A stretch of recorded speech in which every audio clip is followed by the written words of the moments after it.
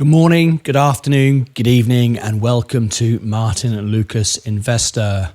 What an evening, what a morning, what a 24 hours. I've been up all throughout the night. Thank you for those of you that tuned in with me throughout the day and have been here all evening throughout the whole event to be here. It's been a very, very difficult evening. But this is no surprise. This is all part of the game. And before I talk about what's happened, we need to talk about where we've been and where we've come from so we understand where we're going. Very, very important. First of all, understand why I went live. I went live from midnight or around about midnight, 1 o'clock in the morning, I think it was, because I was up reading the news, studying what was going on, making positions. And I've been very, very busy throughout the evening. The first thing we need to do is call for calm. We absolutely do need to call for calm because it's been the very opposite that has caused this global crash. It is a global crash, but it's not a surprise. I want to start off by just backing up what I'm saying here. This is very, very important. You can see here just 10 days ago, I reported. Very, very important because people will always say, oh, I told you so, and anyone can say anything. But the fact of the matter is, 10 days ago, I told you a 10% crash was coming. Is it because I've got a crystal ball? Well, I do happen to have a crystal ball, yes. We do joke about it on the show quite a lot. And here it is. Let me look into my crystal ball. But no, all seriousness, it was very, very clear to me and very obvious 10 days ago there was going to be a 10% crash. And you can go back and look at that. We talked about the global crash, all kinds of things, NVIDIA. The information has been there. So if you want to sort of say, well, you know how it's easy to say it now, you can go back and see exactly what we said. Also, last night, Sensei put a video out. They did a chart for NVIDIA exactly here. And hopefully you all saw it. We did it before the bell so you could see it. There was the NVIDIA chart showing you that he said it could NVIDIA could go as low as $60. All there in the chart for you, even though we said it would bounce off 100, which it did, then we said it could go down to 60. Go and check out that video. It's all there. So you've got all this information. Right. Let's talk about what's happened, what I've done, and what we're going to do about it. So we need to discuss now where we go from here, what we do about it. Why has it even happened? Well, there's several reasons. Some may be obvious to you and some may not be so obvious. First of all, during the evening, we've seen a huge swing, the dollar and the yen. We know all about the yen. We've discussed it before with the correlation between the yen and the rates have changed dramatically in Japan.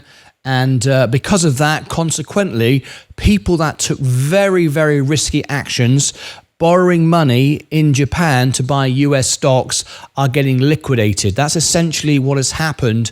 What was once attractive is now not so attractive, and it's wiping people out. As you know, I'm using margin, and I've increased my margin in the last few hours extensively. You can see it on the screen. There it is. You can't be more bullish than that. However, people who play the money markets, in other words, exchange rates, when things change and borrow money in foreign currencies and then buy the US economy, you're taking extra risk. It's adding risk to risk to risk. One of the riskiest things you can do, in my opinion, is borrowing money on currencies and then leverage up buying other countries' stocks. It's a very, very risky thing to do. And now people are getting liquidated. That's partly the problem. That's probably the biggest problem, because if we look at Asia during the night, this is what happened. I've got it all lined up for you here. I said I had it all lined up, and then now I don't. But hang on a minute. I do have it here. Here we go. So this was what happened during the evening. You can see we had a huge drop in Japan. The Nikkei went down 10.98. That's essentially because of the rate change and the way bonds are now more attractive and all the rest of it, and less attractive, and exchange rates and all the rest of it. People were using borrowed money, and now they're getting completely liquidated. All right, that's the excuse me. That's the first thing. That isn't the only issue though. Of course, there's other issues at play. Of course, right now we are expecting imminently an attack from Iran on Israel. That's also scaring the economy. And also, finally, probably what everybody's thinking is the main reason, the Fed are behind the curve. What that means is essentially Canada have dropped rates, Europe, India, UK have dropped rates, and the US are still yet to move. Got to remember, there's some politics involved here. It's an election year, all sorts at play that we can't sort of really predict. But in fact, everything was predictable, because one thing I take most criticism for is the fact that my style of investing in trading is a bit unconventional. Being an entertainer, the world piano man, people often say he mixes music with his trading. It's all a bit strange and a bit odd. It really isn't, because as the world piano man, having toured the whole world as an entertainer, I know people. And this is all about people. Buying and holding stocks is really not that hard. You just buy the S&P, you never sell it, and you buy it on dips. That's not difficult. A monkey can do that. It's easy to make money. The hard part is to keep it. However, reading people, what people are going to do, probably is the most important skill I have. Understanding what people are going to say, what they mean to say, and behind the scenes, and so on and so forth. What Jerome Powell really means when he speaks. So this is what's happened. To draw a conclusion to this, overnight we've seen the yen violently move against the dollar. We've seen people liquidated, go completely wiped out on margin, lose everything in Japan, buying US stocks. We've seen markets around the world dumping in fear that America, when America sneezes, it's a phrase that's used in England a lot. When America sneezes, the rest of the world gets a cold. And that is true. America is seen, and it is the largest economy in the world, and it's seen that the Fed has waited too long to bring down rates. The economy is now going, is slowing down. The reality is we've got deflation or getting close to deflation. We are below the 2%. I know that. I've read the numbers, but they don't talk about it. The Fed don't talk about that because they use lagging indicators. We know it in Europe. We know it in the UK. We know it in India. They also know it in Canada, which is surprisingly enough. But the Fed like to use a very different set of numbers, and they're behind the curve. That's what's meant by behind the curve. That means they've damaged the economy, and that was partly the point of having interest rates high for longer, to slow the economy down, to cool inflation, to cool the jobs market. All of these things have happened, but now they've happened for too long, for too much. So now what's happening is people are fearful and they want to get out of equities. They're dumping their stocks. They're concerned about a war in Iran and everything else. And now with what's happening on top of all of that, with what's happening in Japan and so on, everyone's dumping the market. So, are we surprised by this? No, of course we're not surprised by this. This is exactly as we said. Sensei last night, as I say, provided you the chart for NVIDIA. We hope you all watched it. Quite a few of you watched it overnight, which is great. You now know that the stock can go down as low as $60. You also would have watched my live video, which I did, and this is why I always go live, so you can always, verify what I said. I said a 10% crash is likely. Hopefully it won't happen, but likely. So what can we do about this? How can we win? Because essentially, we are in absolute turmoil right now, but we can win. This is an absolute gift. As I said yesterday, it's a chance of a lifetime. I put that on my last video, which was this one here, Crash to Boom. It's one of my most popular videos, an hour and 40 minutes long, Crash to Boom, okay? So we have to go down to make it. All we're doing is transferring wealth from the fearful to me, essentially. That's the same with you. You're trying to take advantage of everyone dumping their stocks, finding the bottom. Now, I don't know where the bottom is. But I've been buying on the way down, and now I've bought so much that I brought my average has met my bottom. Does that make sense? If I go to my VU position, you can now see for the first time in 6 months, my average is now right where we are. In fact, we're down very slightly. Can you see that? So now, if I buy, I'm actually buying under my average. Up to this point, I've been buying above the average, which is okay. You can buy on the way up, got no problem with that. But I've been buying effectively on the way down when I recognized there was a 10% crash, but my average was a lot lower. It rised as I bought into it, if that makes sense. So this is now we've talked about what's happened. Let me add the global commentary to what's happening, and then where we go from here, which is most important. We're not the Fed. We don't look backwards. We use better technologies and better understanding, and we look forward. So that's what we're about. We're not looking backwards, but we will just look at what people are saying just for a moment so you can understand it. Dow futures dropped 900 points. S&P loses 3%. Now, essentially, this happened around midnight last night.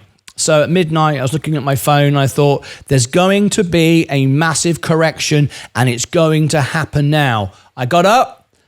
I started the show. It's been running throughout the evening.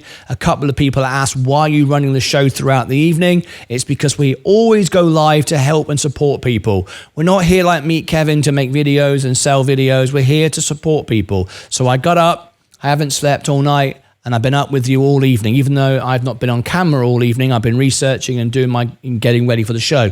But that's why I've been up. So when people say, why is the show running with a countdown? That is why, because I'm here to support people. That's what this is about, not to sell videos. I hope this now proves that, because it's now 7:15 in the morning. I've been up since, I haven't gone to bed.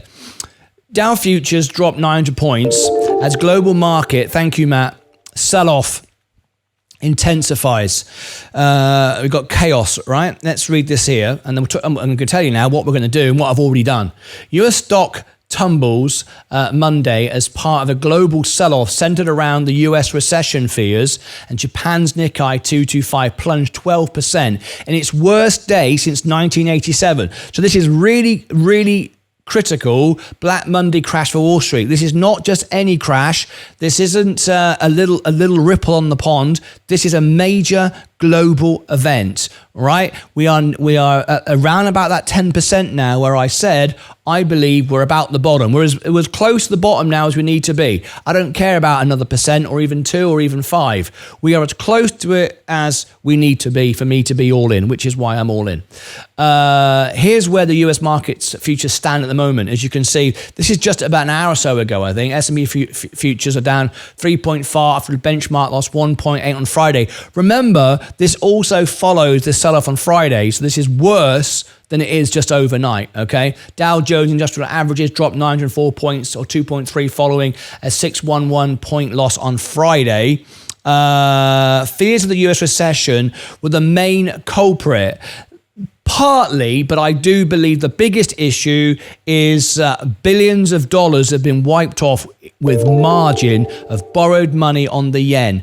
That, I think, is the hidden secret behind this. Fear of a recession, we've known this for ages, because we've known the Fed aren't reducing rates. This is trying to water down the bigger issue here. The bigger issue is the yen and people leveraging using foreign currency. That is the biggest issue. Everyone's going on the fact it's a recession. It's not the recession. I don't think we're going to enter a recession. That's why, and I'm coming on now to my conclusion, why I'm so bullish, why I'm going all in, because I think the American economy, from a investment standpoint, I don't mean the money with the man on the street. Yes, he's going to feel pain for some years to come, but I feel, thank you, Aaron, for your subscription, but I feel that the economy, the businesses, NVIDIA, a lot of you are interested in that one, and others are good and are about to report. And I think NVIDIA is about to report, and it's going to send the market sky high. So again, reason why I'm in. It's not all about recession. Recession keeps getting bashed around the place. It's not. It's the amount of people that got liquidated on margin. It's just part of it. And then there's the war issue. We'll come on to all that in a second. Investors are also concerned that the Federal Reserve is behind in cutting rates. Yes, we know, we've always known this is not new. This has not just happened. They've been behind the curve now for a number of weeks, if not a couple of months. And I've been saying, again, consistently, I said 18 months ago, rates would come down in the summer of 24.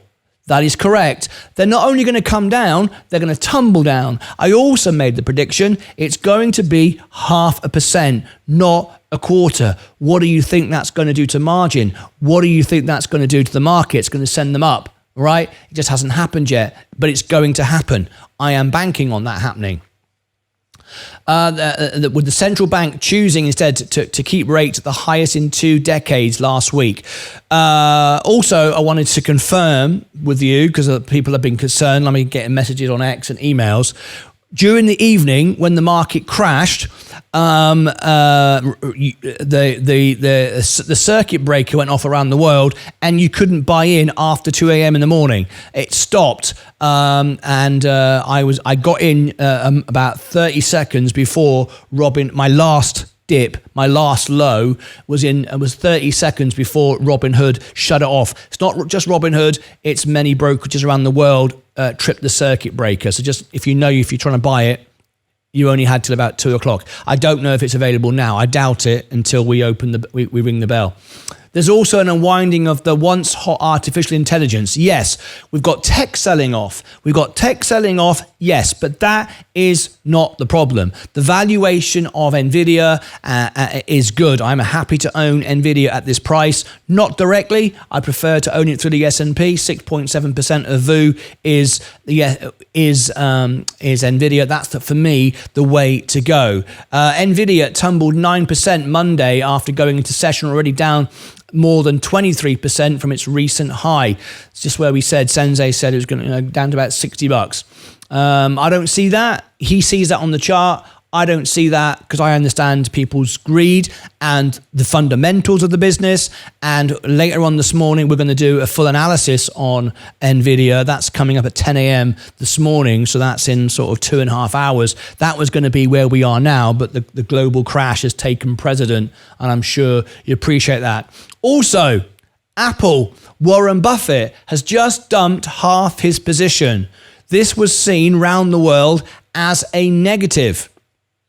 It's not a negative.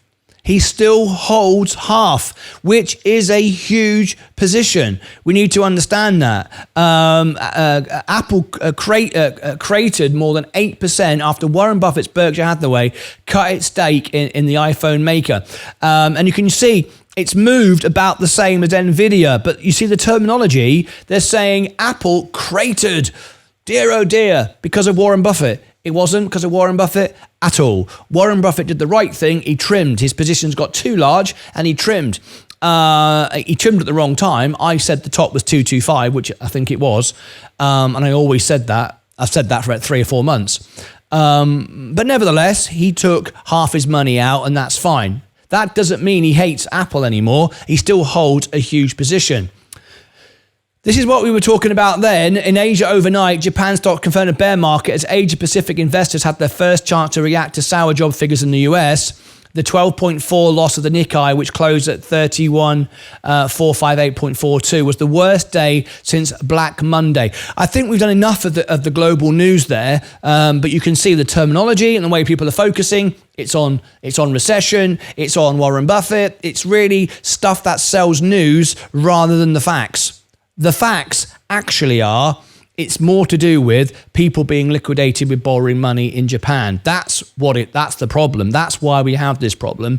Warren Buffett selling off the top is not a problem to me. He still owns half, not an issue. It's hardly affected the stock any more than the other stocks, so it can't be that. Recession, we've always known about this. I don't believe we're going into a recession. The American stock market is strong. The businesses in it are strong. That's why I'm buying. So anyway, that's what's happened during the night. That's what's going on. That's my interpretation of it. I've backed up with the evidence of what we've been saying for ages. Nothing has changed. We're going to get a rate cut in September. It's going to be 0.5%. We're going to get another one in October, November, December. Rates are going to come crashing down now, and you're going to get a turnaround, a bounce up like no other in history. Well, I say that we've had this before. Now, many of you would say, well, what about the war that's potentially about to break out in the Middle East? Well, let's talk about that as we wrap up this video. If we have World War III, let's remember history. During World War I and World War II, more millionaires and billionaires were created than any other time. So, what the hell? Buy the dip during World War III, if there is to be one. Okay, let's just remember that. It's an opportunity, not a reason to run and hide and put your money in something that doesn't do anything.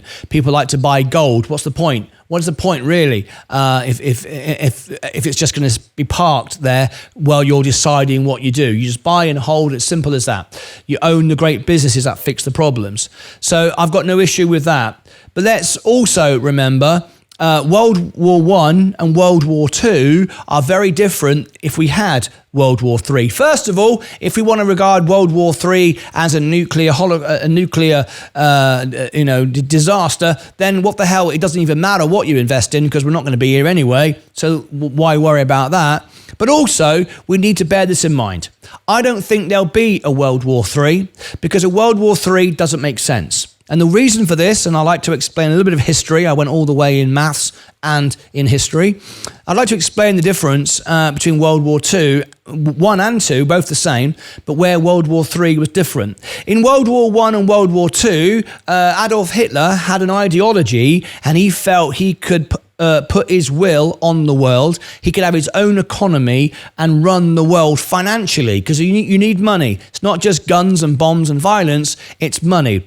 And without money, you haven't got anything. We had a very different world and a different economy than we do today. We are a global connected economy. Even though we like to think we're all different nations and different peoples and all the rest of it, we're all one and we're all, whether you like it or not, we're all on planet Earth feeding off each other. We rely on each other. No superpower can cut off the other superpower and just think it's all right. It's not going to benefit us. We all need each other. This is why there are still businesses. They don't wish to talk about it, but there are still US businesses doing business in Russia right now. I thought we had a complete embargo, but it's still going on because we still make money from each other. That's the difference.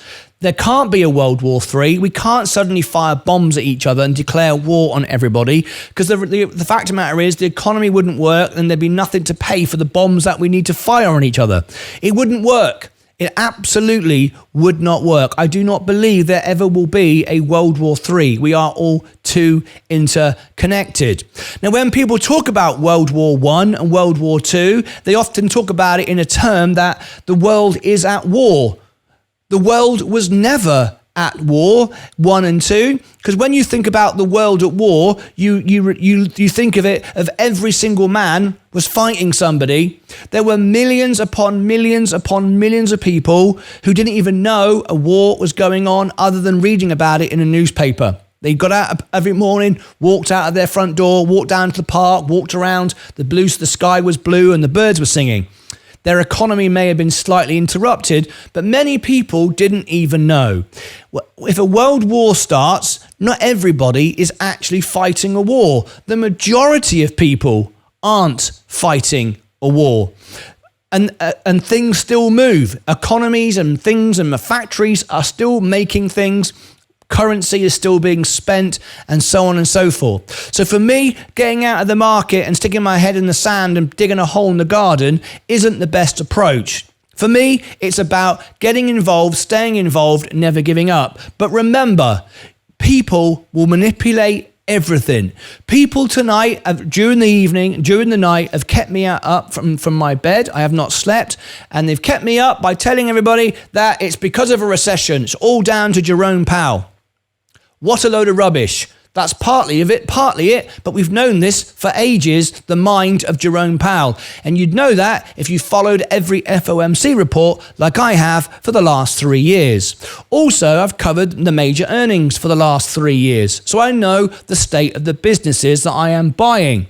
Also, I understand the greed of people and they'll over leverage themselves. Yes, I use margin. Yes, I'm all in, but I've still got room to move. I also never currency trade and borrow money in another country at lower rates and buy in the other country. And when it all flips on its head, you end up getting liquidated. I also don't short the market because eventually things turn around. And when there are millions of people in the world trying to build a business and make things, why do I want to sit here behind my screen with my little app betting against all those physical people actually physically doing stuff? I also don't do that. I also don't do options because options is predicting the future by a certain date. I own the business and I hold. That's it. So, is it difficult to go through this situation? Yes, it is.